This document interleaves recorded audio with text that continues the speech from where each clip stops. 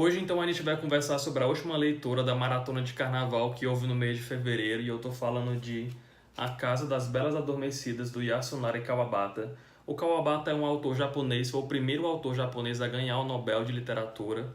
Ele teve uma vida um tanto quanto trágica, ele ficou órfão muito cedo, foi criado pelos avós que vieram a falecer pouco tempo depois. A irmã mais velha que ele teve também foi uma pessoa que teve pouco contato de vida com ele.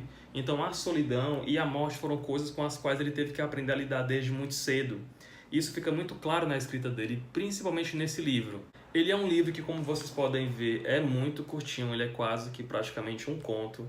Então ele vai ser um romance que vai tratar de um assunto muito delicado, muito espinhoso, mas de uma maneira muito sutil e muito poética também. Mas o que é que se trata essa história? Aqui então a gente vai ter um protagonista chamado Eguchi, que é um senhor de 67 anos, que ele já é separado, tem duas filhas, mas que ele pouco vê, ele quase não convive com elas. Então assim, a solidão é a única presença que ele tem todos os dias na vida dele. E por indicação de um amigo que é um pouco mais velho do que ele acaba indo parar nessa casa das Belas Adormecidas, que é o quê?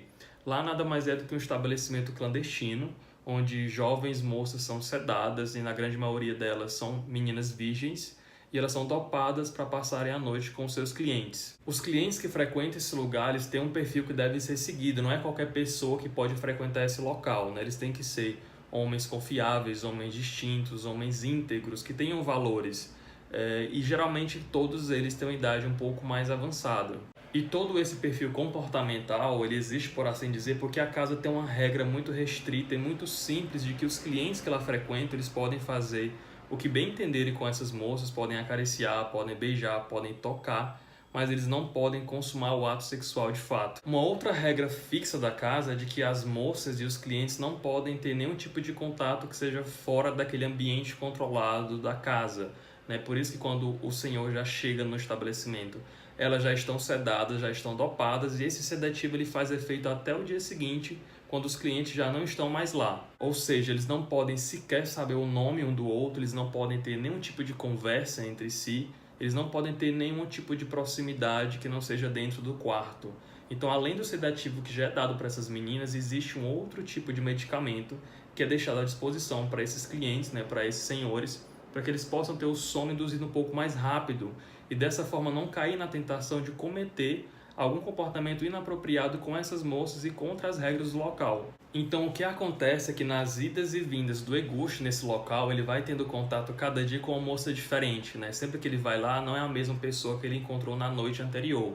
Então cada moça dessa, a seu modo, a seu jeito e pela sua aparência, vai começar a despertar nele certas memórias e lembranças de mulheres com as quais ele conviveu anteriormente, seja ela a mãe dele, seja a ex-esposa, as duas filhas que ele já não tem mais contato, ou casos antigos que ele teve durante a juventude e a fase adulta dele também. Esse foi um livro que, enquanto eu estava lendo, a leitura dele me lembrou muito o Memória de Minhas Putas Tristes, do Gabriel Garcia Marques, porque esse senhor, assim como acontecia no livro do Gabo, tinha uma proximidade muito forte entre os dois, eles estavam juntos, mas ao mesmo tempo tinha um distanciamento, algo que fazia com que eles se repelissem na mesma proporção em que ele se sentia atraído por essas jovens. E depois eu fui pesquisar, e o próprio Gabo disse que sim, esse livro dele, essa história dele, era inspirado um pouco nesse livro do Kawabata, então por isso essa semelhança é tão viva e tão presente. E apesar de o livro ter uma temática muito forte, muito delicada, o Kawabata ele consegue trabalhar muito bem e lidar com isso, porque ele vai focar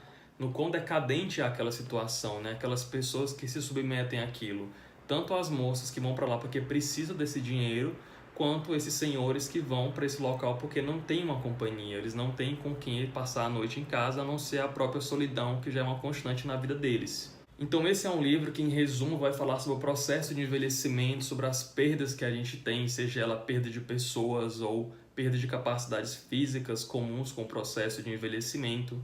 Vai falar também sobre outros aspectos de vida, como morte, como futuro e como a gente lida com essas mudanças ao longo do tempo. Então, se você tem curiosidade de conhecer um pouco mais sobre a literatura oriental e em específico a japonesa, fica aí a dica de um livro muito bom, A Casa das Belas Adormecidas, do Yasunari Kawabata, um ganhador do Prêmio Nobel. Se você gostou do vídeo, não esquece de dar uma avaliada, me segue nas redes sociais que estão lá embaixo no box de descrição. Faz algum comentário se você quiser. Obrigado por ter assistido e até mais.